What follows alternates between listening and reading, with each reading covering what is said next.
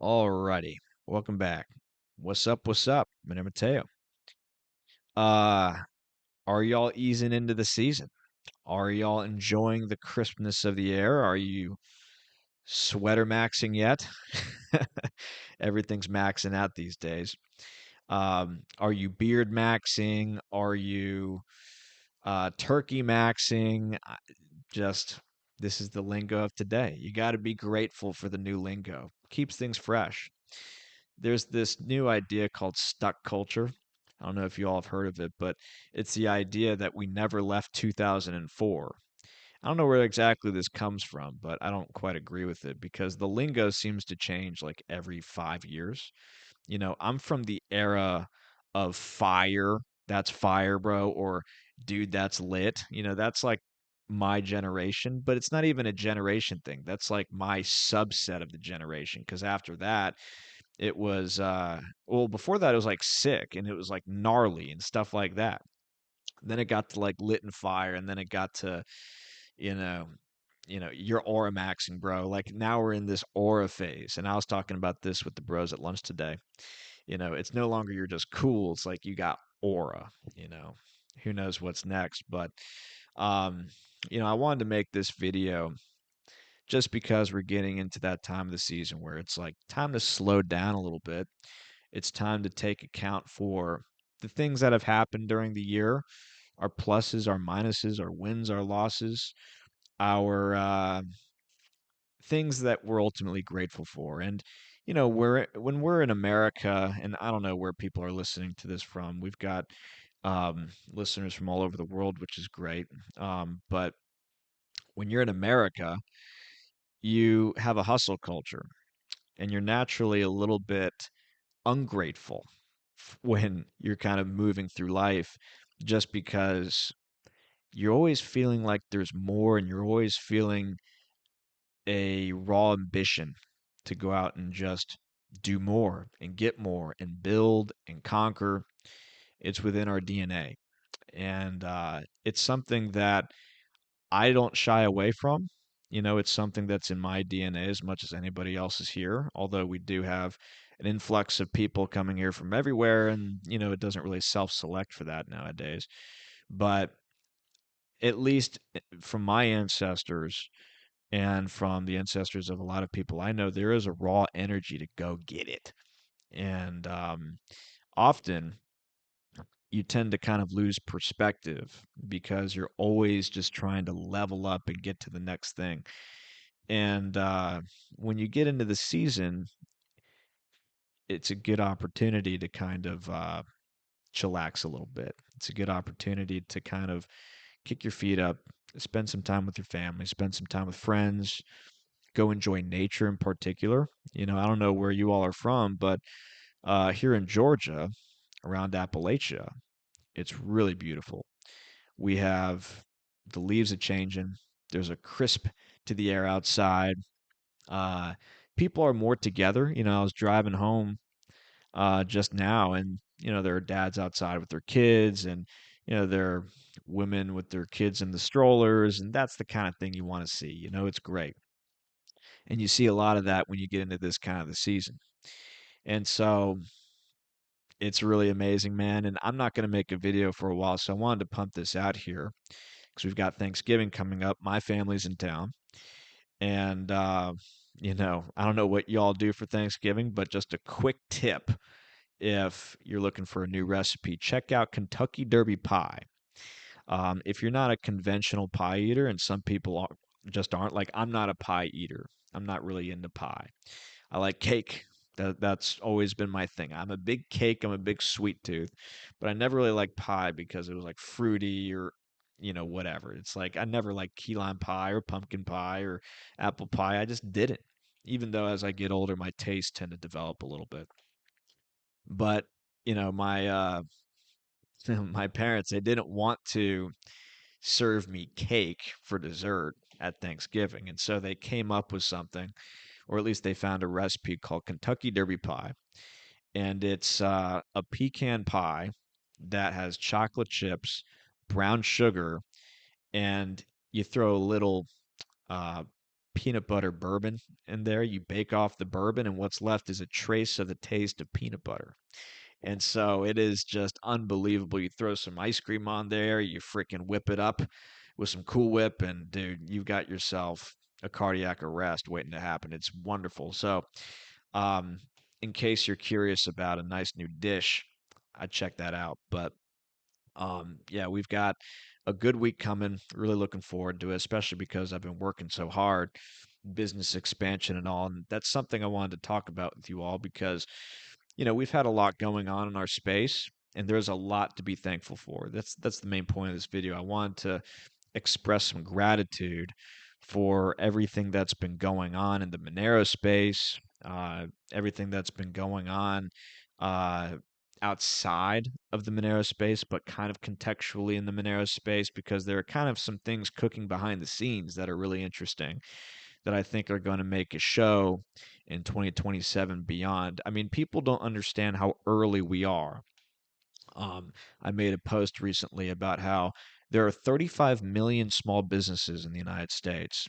And if you go on Monerica.com or you go on xmorbazaar.com, you've got maybe a few hundred businesses that accept Monero right now, at least in the public domain. Now, there are probably more than that, but our objective should be to get as many businesses on these websites as possible, just to show the world how many people use this and how big our economy is, because that's ultimately what we're trying to do. We're trying to build a big global new economy. We're trying to build decentralized private networks of wealth generation effectively.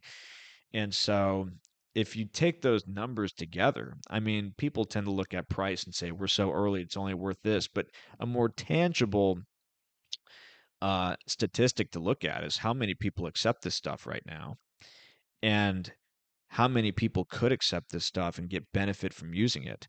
Now, the technology is just getting to the point where that's going to be made much more attractive as an option for payment. It's already attractive as it is. I saw the CEO or COO of Steak and Shake. He was on stage at a Bitcoin conference, and he was saying that our processing fees have gone down 50% since adopting Bitcoin Lightning.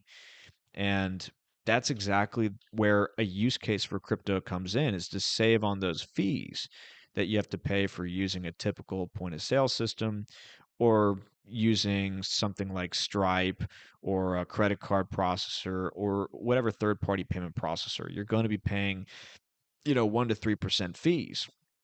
And if you can use crypto and have it just be peer to peer, then now I think they use like a gateway to convert that into cash in many instances. But I mean, if you're trading peer to peer and it's just a matter of people doing the transaction, your cost, at least with Monero, is less than a penny in many cases, which is incredible. And people get perfect privacy, they get fungibility, and it's just as simple as scanning a QR code and sending a payment. And that is miraculous. And we're getting to the point now where people are coming up with point of sale systems.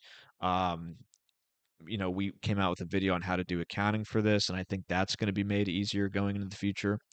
And we have private stablecoins coming, and I've made arguments online as to why private stablecoins are going to be important, because a lot of businesses, they have working capital needs, right? So if you're a business and you have, let's say, payroll, or you have accounts payable, or you have receivables that you're owed, if all these are denominated in dollars and you're trying to convert your business to a Monero accepting business or a traditional crypto accepting business, then that volatility could really mess with you.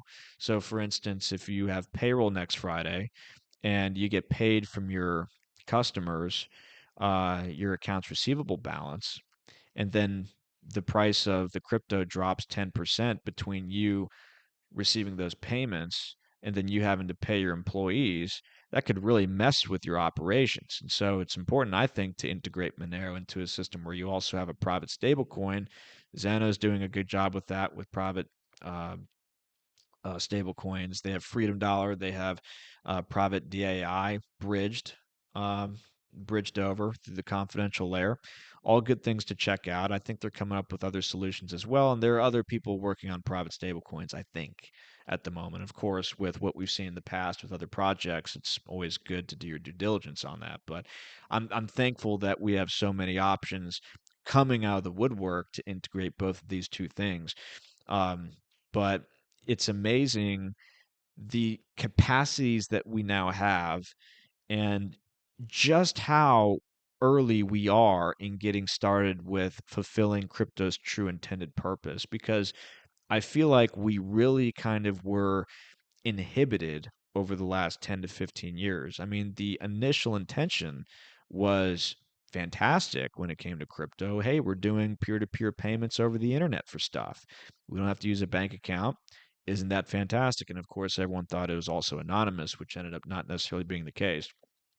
But then there was a period of store of value hodling after the block size war was lost in 2017. And then it devolved into speculative gambling and FTX and Celsius and all this garbage, right? And treasury companies and now we're finally, I think, coming around the bend. I think we're coming around the bend at this point. It's really exciting to see because um, the initial vision is coming back. And I don't know how much you all pay attention to kind of the trends here. I can kind of pick it up by looking at my X feed. And if you look at what's being talked about on CNBC, if you look at the Winklevoss twins now talking about how cypherpunk they are, and Binance saying we need to return to cypherpunk values, and big accounts with millions of people now talking about Monero and talking about Zcash, which we've talked about Zcash on the channel. We beat that horse to death, but even Andrew Tate, who I told you at some point was going to come out and talk about the privacy issues of crypto.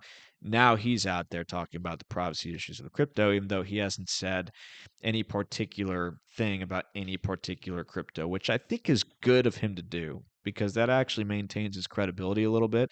If he were to shill a particular coin, then that would obviously signal some kind of personal investment. But if he just tells you to go research and find out which coins fulfill privacy functions the best, that's the best way he could have gone about it. And I'm happy about that because if people do the research, they're going to figure out Monero.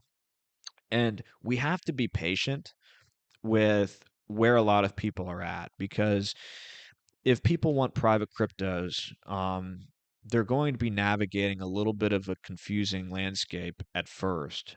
This is not necessarily a speculative landscape. This is a landscape of deep value, and this is a landscape of a lot of history as well.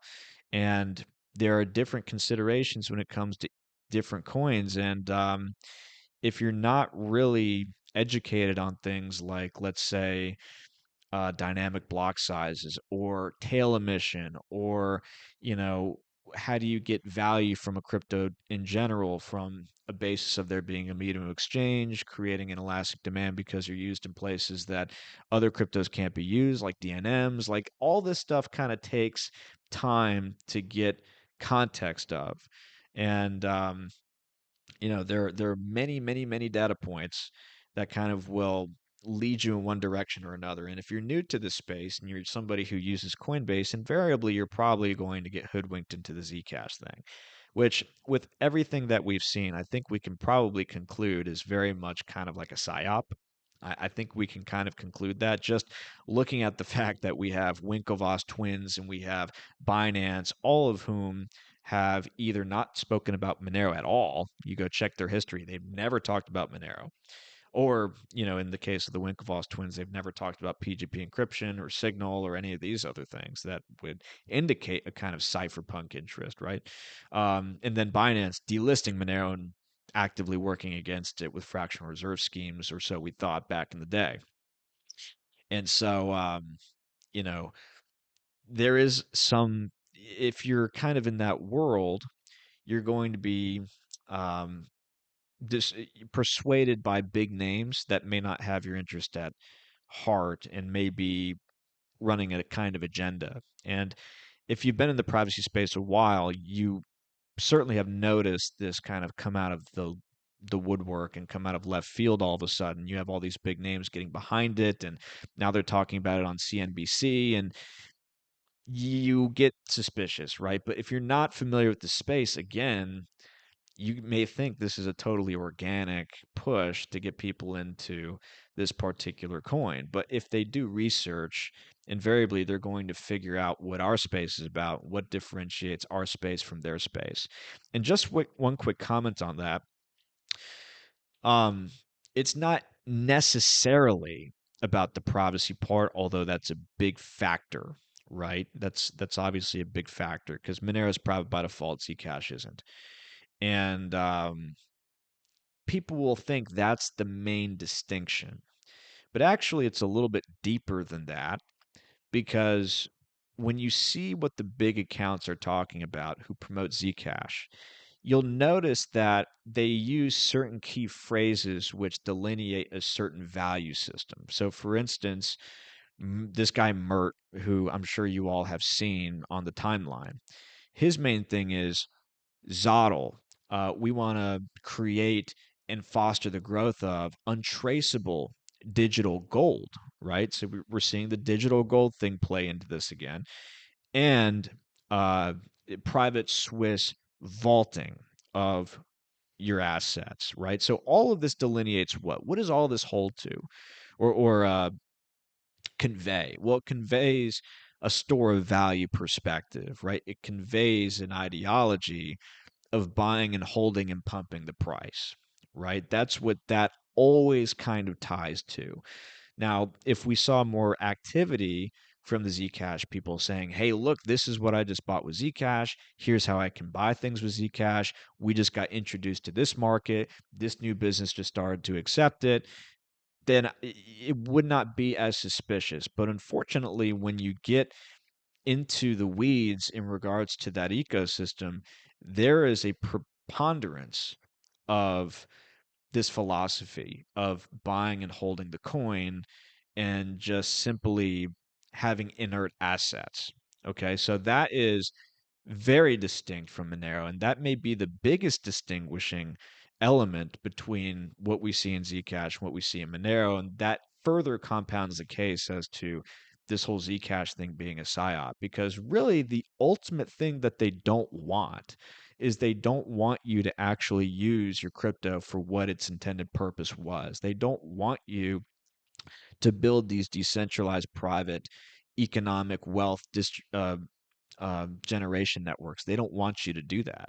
They want you to just buy and hold these coins while they build up those networks for you that give you permission as to who you can transact with, that give you permission as to how private you can be, that limit your capacities to however much they want to do that. Okay. And when it comes to Monero, the underlying philosophy is this is your money. You can spend it however you want to, and nobody needs to know about it, which means you have unlimited capacity to use this. And the only thing that limits you is like your bandwidth and and how much space you have on your node for the blockchain and things like that, technical constraints.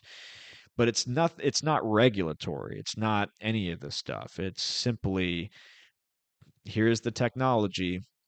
It works. Go do what you want to do with it. Okay, so um, one side wants to build an entire new world. The other side wants to get rich off you buying the coin. And you can parse that out through the philosophies, right? And I understand this is not a perfect black and white situation. There are great people like Joel and Vinny and other people that I see who enjoy Zcash, okay? And I'm not going to hate against people who get into Zcash, enjoy it, and can see the value.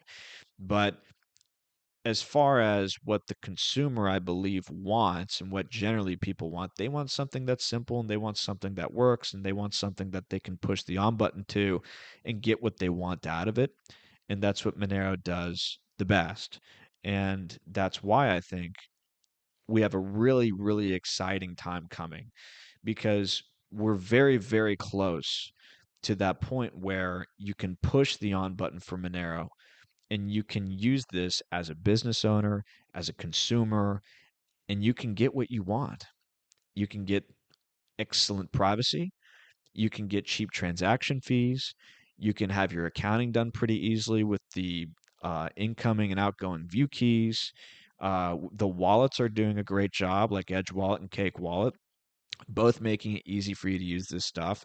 We have point of sale systems coming. I mean, everything is coming together for massive adoption in Monero. And that's something that's really exciting. And the great thing about Monero, going back to what we were talking about before with people researching into this stuff, people really, really want something that just works.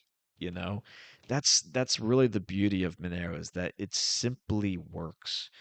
Now, obviously, they're going to make it hard for you to use it, but that's more or less constraints that are being imposed by the regulatory apparatus. It's not a constraint that's being imposed by, the developers or the people within the ecosystem. It's not self-imposed as it is with other coins that want to acquiesce to the regulators and make a deal so as to, make the acquisition of it easier, but then make the privacy obtainment a little bit more difficult. It's, hey, as soon as you're in, you got the privacy.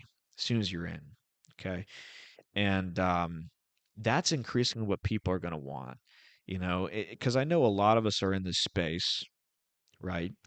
And we understand technical things to some degree, wide varying degrees, actually. But most people on the outside, if you tell them something is a privacy coin, people want that coin to give them privacy when they get it and when they use it. They don't want to have to hop into another pool, to have to use certain extension blocks, or to have to use a mixer, or to have to do anything extra except use the coin for their transactions. And Leonardo da Vinci, he once said that simplicity is the ultimate sophistication.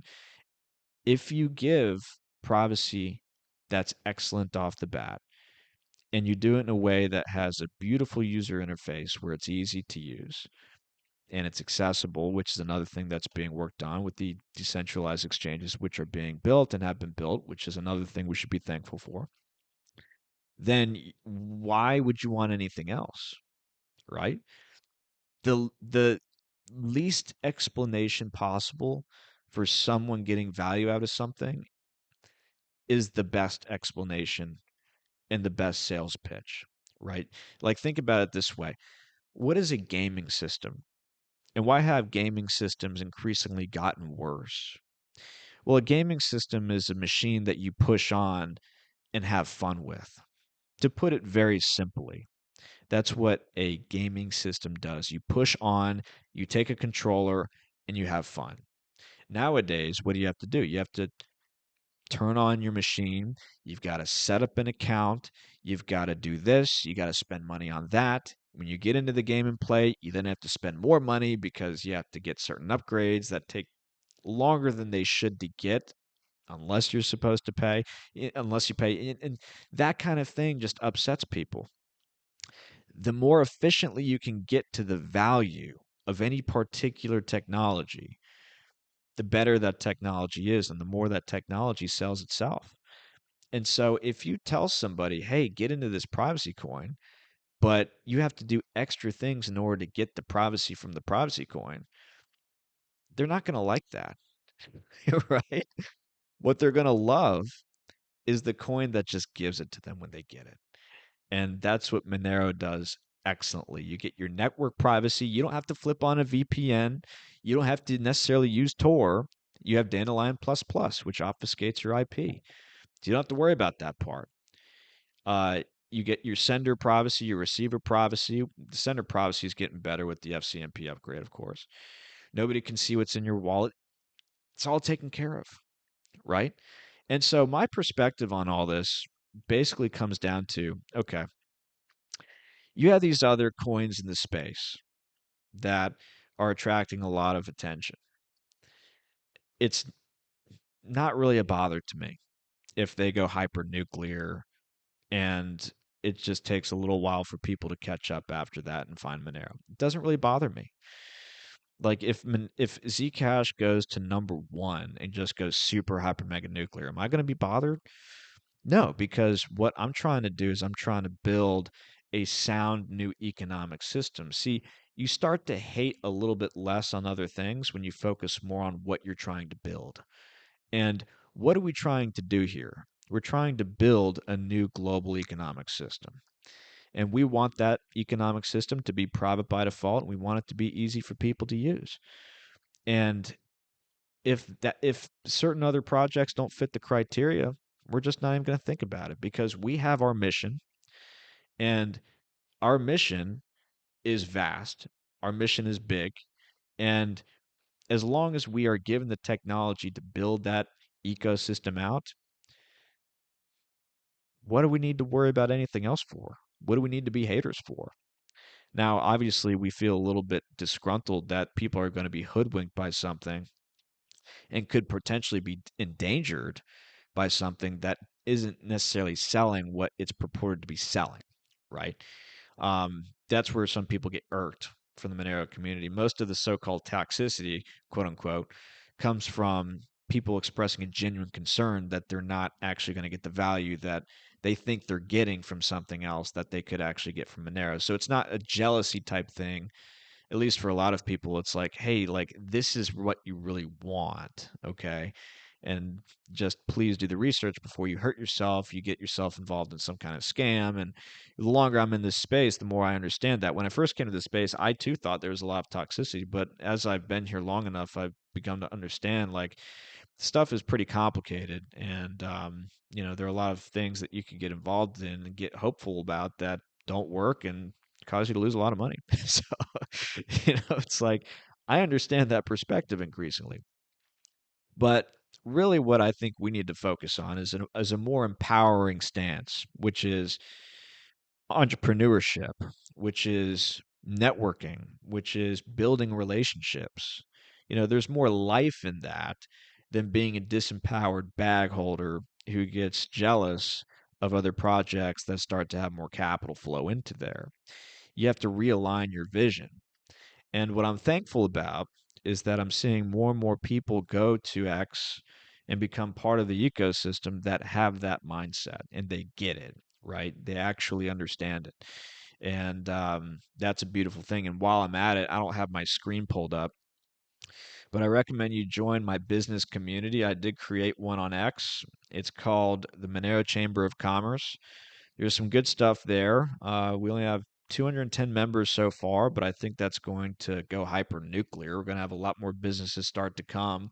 And I have some efforts that I'm going to partake in 2026 to help that along. I've really been booking it over the last 2 months, upskilling to learn about fractional CFO services and how I could help businesses with cash flow and more technical financial needs.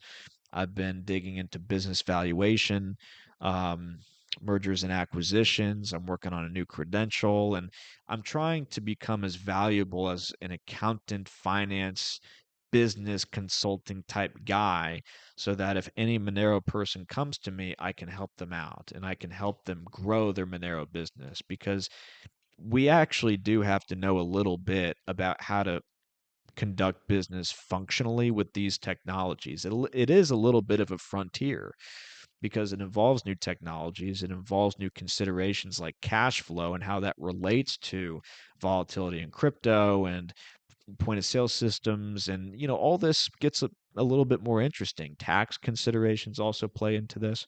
So, it's I'm trying to upskill myself so that when the flood of people finally come to want to accept Monero and integrate it into their particular business, I can do that. And that's going to be a point at Monerotopia coming up in February. And if you haven't gotten your ticket for that, I would do that when you can. It'd be lovely to meet you. It'd be lovely to see you. Lots of people coming this year, I think, and it's going to be great. So check that out. But I think the business side is going to be fun, and we really should be encouraging people to really join this ecosystem because I had a consultation with somebody last week, a fellow Monero guy, right? Based person, runs his own node, local here to my area. It's just amazing the local people you meet wherever you're at. You'll find Monero people everywhere. It's kind of amazing.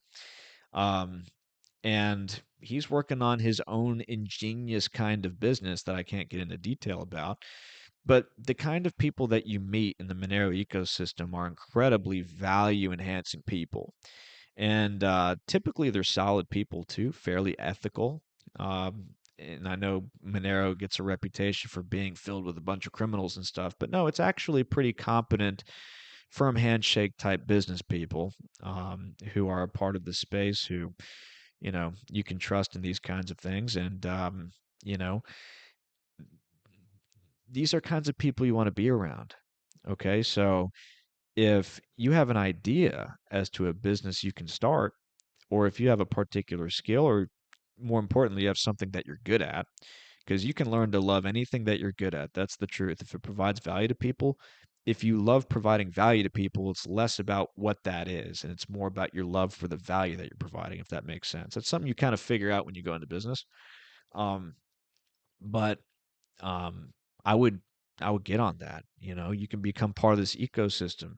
And when it comes to any ecosystem, or when it comes to any excuse me, when it comes to any kind of thing like that, you have holistic synergies that happen. And that's where things get really fun. That's where things get really interesting. You have these holistic synergies where it's like you meet somebody who's really good at something, and that really meshes with something that you're kind of good at. And then you could work together and come up with cool stuff. Hey, how did you integrate Monero into your business? Cool. I got to think about doing that myself. Hey, who do you know who does this? Who do you know who does that? Oh, I know somebody who does this. And then we can all come together and we could build a giant freaking empire, dude. I mean, think of this as like a giant,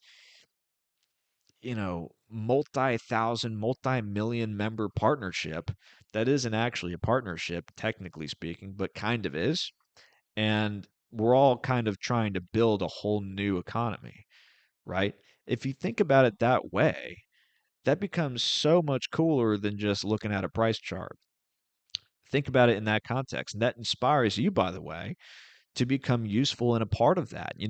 One thing that was interesting that I read about the UK, Britain, if you want to call it that, was that when World War One started, the depression rates for the young men collapsed because they felt like they were of use.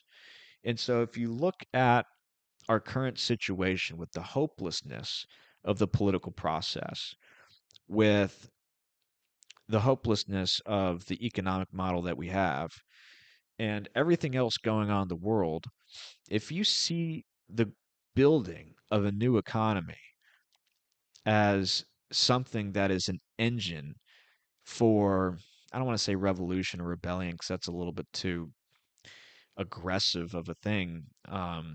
And you don't want to.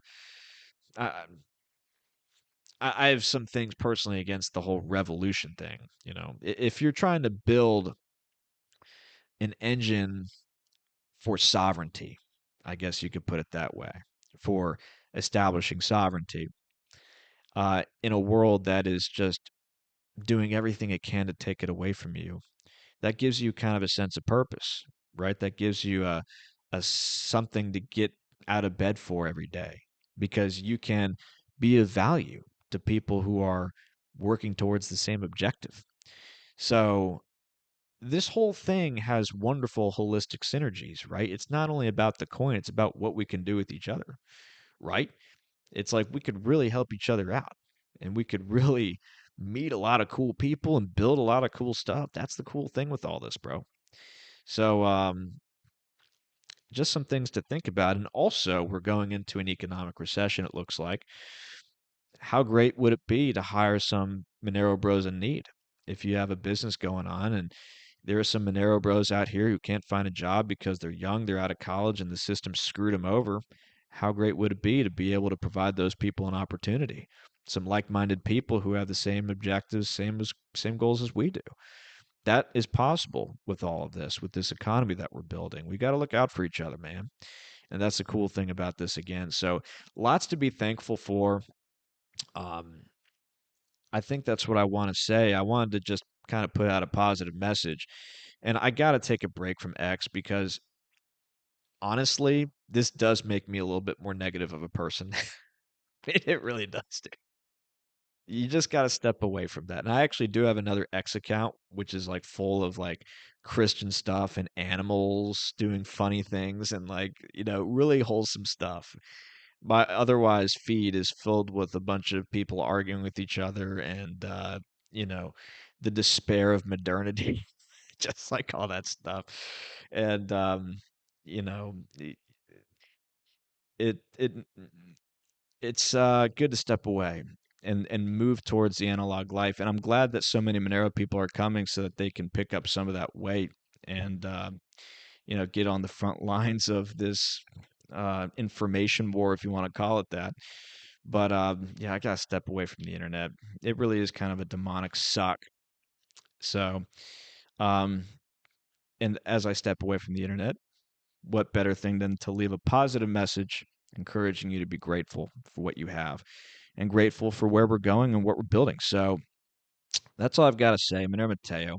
Hope you all have a wonderful Thanksgiving. Happy Thanksgiving. Enjoy the time with your family and friends. And see you on the other side. God bless.